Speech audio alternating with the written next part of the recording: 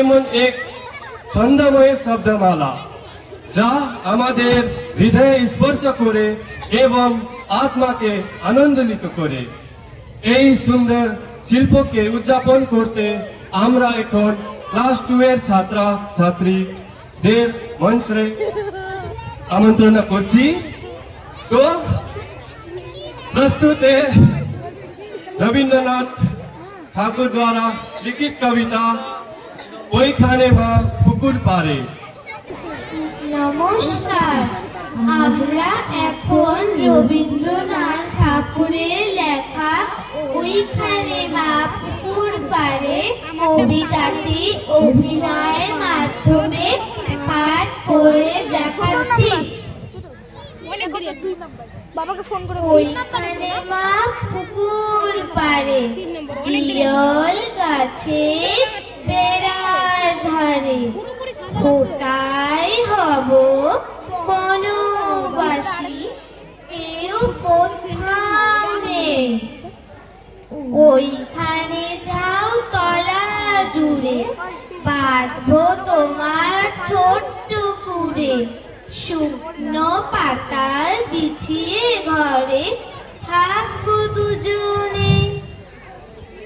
বাঘ ভাল্লুক অনেক আছে আসবে না কেউ তোমার কাছে। দিন রাত্রি কোমর বেঁধে থাকবো পাহারাতে। রাক্ষসেরা ঝোপে ঝাড়ে মারবে উকি আরে আরে। দেখবে আমি দাঁড়িয়ে আছি ধনুক নিয়ে হাতে। আঁচলেতে কই নিয়ে তুই যেই দাঁড়াবি দাঁড়ে। অমনি যত বনের হরিণ আসবে সারে সারে। সিংহগুলো সব আঁকা বাঁকা গায়েতে দাগ চাকা চাকা। লুটিয়ে তারা পড়বে ভুয়ে পায়ের কাছে এসে। ওরা সবাই আমরা বোঝো করবে না ভয় একটু যে। হাত বলিয়ে দেব গায়ে বসবে কাছে ঘেসে। ফলসা ভরে গাছে গাছে ফল ধরে মেঘ ঘুমিয়ে আছে। ওইখানেতে ময়ূর এসে নাচ দেখিয়ে যাবে।